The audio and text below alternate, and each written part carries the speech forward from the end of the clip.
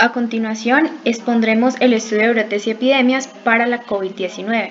Este trabajo es presentado por María Alejandra Martínez López, Juliana Marcela Ochoa Moncada, Juana Valentina Susa Ponte para la asignatura Vigilancia Epidemiológica de la Facultad de Enfermería de la Universidad Nacional de Colombia. Iniciaremos hablando de unos aspectos generales de la COVID-19. La COVID-19 es una enfermedad causada por un tipo de coronavirus que es una extensa familia de virus que puede causar enfermedades infecciosas tanto en animales como en humanos. En diciembre del 2019 se estalló un brote por dicha enfermedad en la ciudad de Wuhan, China, para en marzo del 2020 la Organización Mundial de la Salud declarar la pandemia por COVID-19 al extenderse por varios continentes. Las formas más eficaces de protegernos frente a dicha enfermedad es el lavado de manos con agua y jabón frecuente y correctamente, evitar tocarse los ojos, boca y nariz, cubrirse la boca con el codo flexionado o con un pañuelo y desecharlo al toser o estornudar, mantener la distancia al menos 1 metro con las demás personas y el uso de mascarilla facial correctamente. ¿Cuál es el agente y forma de transmisión de esta enfermedad? El agente causal de esta enfermedad es un tipo de coronavirus SARS-CoV-2 que causa la enfermedad COVID-19. Esta enfermedad se transmite de persona a persona mediante gotas o aerosoles. Las gotas es cuando una persona enferma tose o estornuda y una persona sana respirará o recibirá estas gotas. Por aerosoles son aquellas gotículas de menor diámetro pero que logran alcanzar una distancia mayor y pueden afectar a más personas. Por esto se pide que se mantenga una distancia, ojalá mayor a 1 metro. ¿Cuál es el espectro clínico de la enfermedad COVID-19? Hay dos tipos de manifestaciones, asintomático o sintomático. Asintomáticos son aquellas personas que no presentarán ningún signo ni síntoma y muy probablemente no sabrán que padecieron la enfermedad COVID-19. Sin embargo, son muy probablemente transmisores de dicha enfermedad. Sintomáticos son aquellas personas que padecerán síntomas como fiebre, tos seca y cansancio o molestias y dolores, dolor de garganta, diarrea, conjuntivitis, cefalea, pérdida del gusto, anosmia y erupciones cutáneas. Y en casos más graves, dificultad respiratoria, sensación de falta de aire, dolor o presión en el pecho e incapacidad para hablar o moverse. Estadísticamente, las personas sintomáticas se encuentran en 81% casos leves, no neumonía o casos leves de neumonía, 14% severo, con disnea, frecuencia respiratoria mayor o igual a 30 respiraciones por minuto, saturación de oxígeno menor o igual al 93%, una PAFI de un ratio menor a 300, pulmones infiltrados mayores al 50%, y el 5% de los casos será crítico, con una insuficiencia respiratoria, shock séptico y disfunción o falla multiorgánica. ¿Cuáles son los grupos más susceptibles a dicha enfermedad? Los grupos más susceptibles son las personas mayores de 60 años y aquellas personas con comorbilidades, por ejemplo, quienes padecen enfermedades crónicas no transmisibles. Como un dato adicional, en China, menos del 1% de los casos eran niños o niñas menores de 9 años. ¿Cuáles fueron los criterios para determinar la epidemia en China?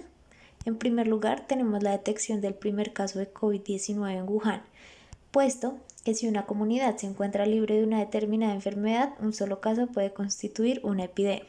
En segundo lugar, tenemos el crecimiento exponencial en el número de casos de contagios. En el tercer lugar, tenemos la alta capacidad de propagación del virus y por último, tenemos los casos de contagio cruzan fronteras, es decir, se difunden por varias regiones del país. ¿Con qué método se hace la confirmación diagnóstica? Bueno, hasta el momento se conocen dos tipos de test de detección del COVID-19. Por un lado tenemos las pruebas serológicas y por el lado las pruebas diagnósticas. Nos vamos a centrar en la PCR ya que es la prueba diagnóstica más segura, que nos puede confirmar el diagnóstico. En esta se toma una muestra al paciente a partir de un hisopado que puede ser nasofaringio u orofaringio. Se analiza el material genético en la muestra y se busca la presencia de ARN del coronavirus. ¿Cuál es la hipótesis de la enfermedad? La hipótesis que se tiene sobre el origen de este virus se da a partir de muestras recolectadas en un mercado mojado ubicado en la ciudad de Wuhan, China. Estas muestras sugirieron que el virus pudo haberse originado en los murciélagos, los cuales no lo transmitieron directamente a los humanos. Este fue transmitido a un huésped intermediario que se dice que es el pangolín, y este se encargó de contagiar a los seres humanos con este virus. Para continuar con nuestra exposición, vamos a ver la propuesta de medidas preventivas iniciales que se dieron al inicio.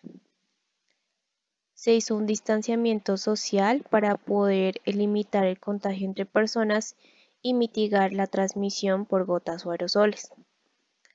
También un aislamiento para evitar el contagio entre las personas y que se mantuvieran en la casa, y estrictamente relacionado con lo anterior, pues la cuarentena en estas ciudades para poder reducir la circulación. También un testeo masivo para poder identificar pues las personas que han tenido contacto con casos sospechosos o confirmados, igualmente identificar pues las personas asintomáticas.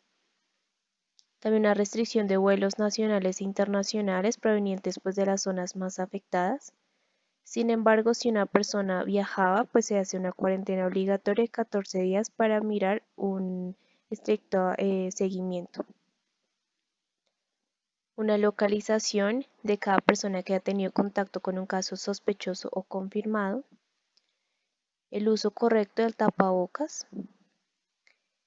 Y más importante, pues el lavado de manos o con gel antibacterial para poder prevenir el COVID-19 al momento de salir y llegar de la calle.